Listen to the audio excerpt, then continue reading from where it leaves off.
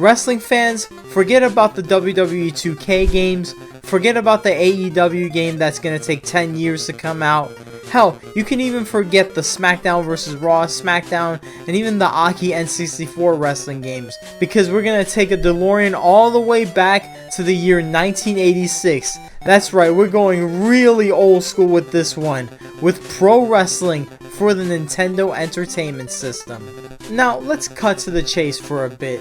This game is as simple and arcadey as arcade wrestling games can get. It's a button masher, there are only a handful of matches, there's not a lot to play, but man, not only is it a fun game, but at the time, it truly captured what wrestling should be.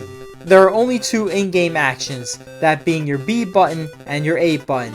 B button is usually like your weak grapples and A is like your stronger grapples. Rapidly pressing those buttons while holding a direction on the D-pad will let you do different moves.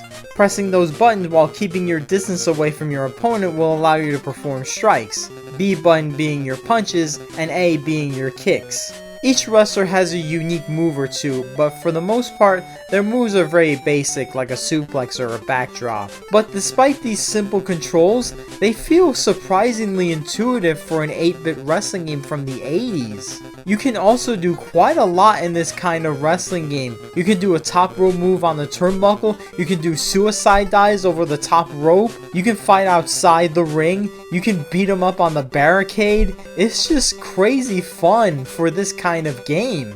The graphics are very basic overall, but I really love the attention to detail they put on this. Like, it actually looks like a live event.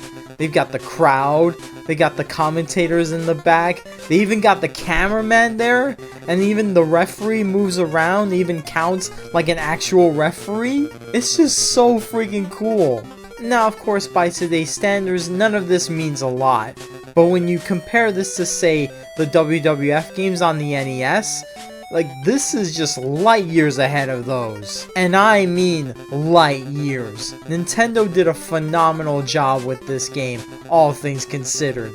And if you want to know why I love this game so much, you'll be surprised to hear what I have to say, but I'll save that for the end of this video. Anyway, you have 5 wrestlers to choose from. First up is Fighter Hayabusa from Japan, and I think he's based on Antonio Inoki, or loosely based on him. Next up is Starman from Mexico with a question mark? And he kind of looks like Red Zeo Ranger from Power Rangers Zeo, aka O-Red from O-Ranger if you're a Super Sentai fan. And then there's Kin Korn Karn from Korea. Doesn't specify whether he's from North or South, but I'm gonna assume he's from the South. Then there's Giant Panther from the USA, and he kind of reminds me of Ric Flair. I don't know, he kind of looks like him. I don't know. Next up is the Amazon from Parts Unknown. It's a monster looking wrestler, but it kind of looks like a Scooby-Doo monster. And finally, King Slender, also from the USA. I believe this guy is based on Big John Studd, based on the pose and his appearance. That's what he reminds me of, anyway. Of all these wrestlers to choose from, my personal favorites are Starman and the Amazon, but I use Starman the most. I especially love how the Amazon just bites his opponents like they're food or something. Hey wait, isn't that move illegal in pro wrestling? Pro wrestling on the NES is just a series of matches where you just work your way up to the top. After you defeat all 5 characters, you win the VWA World title, and then you defend it 10 times, fighting the same people over and over again. And when you finally defend the title for the 10th time, your final opponent is revealed, Great Puma, the only NPC character in the game.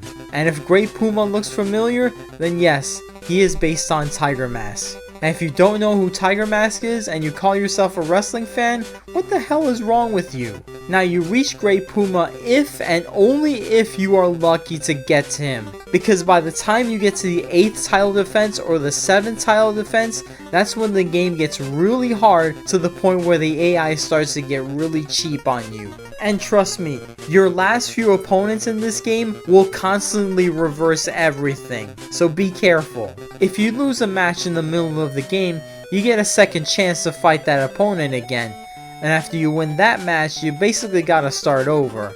But if you lose twice in a row, then it's game over and you gotta start all the way from the very beginning again.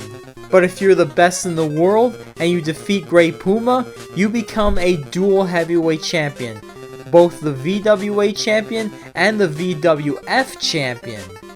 And that's Pro Wrestling on the Nintendo Entertainment System, a classic 8-bit wrestling game, and what I and many consider to be the first great wrestling game. If you're a wrestling fan and you're curious enough to play extremely old 2D wrestling games, definitely start here.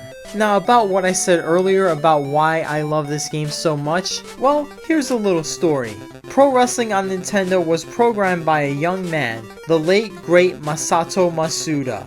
While Masuda did a phenomenal job with Pro Wrestling, he would leave Nintendo to join another company called Human Entertainment. And thanks to Masuda and Human Entertainment, they would go on to develop the Fire Pro Wrestling series. And hardcore wrestling video game fans know this franchise all too well. Yup, that's right folks, Pro Wrestling on the NES inadvertently created the legendary Fire Pro Wrestling franchise. How freaking cool is that? Now that you think about it, there is definitely some similarities between this and Fire Pro Wrestling. Like, you can definitely see the inspiration here. Anyway, that's my relatively short review of Pro Wrestling on the NES, aka Nintendo Pro Wrestling. Hope y'all enjoyed it.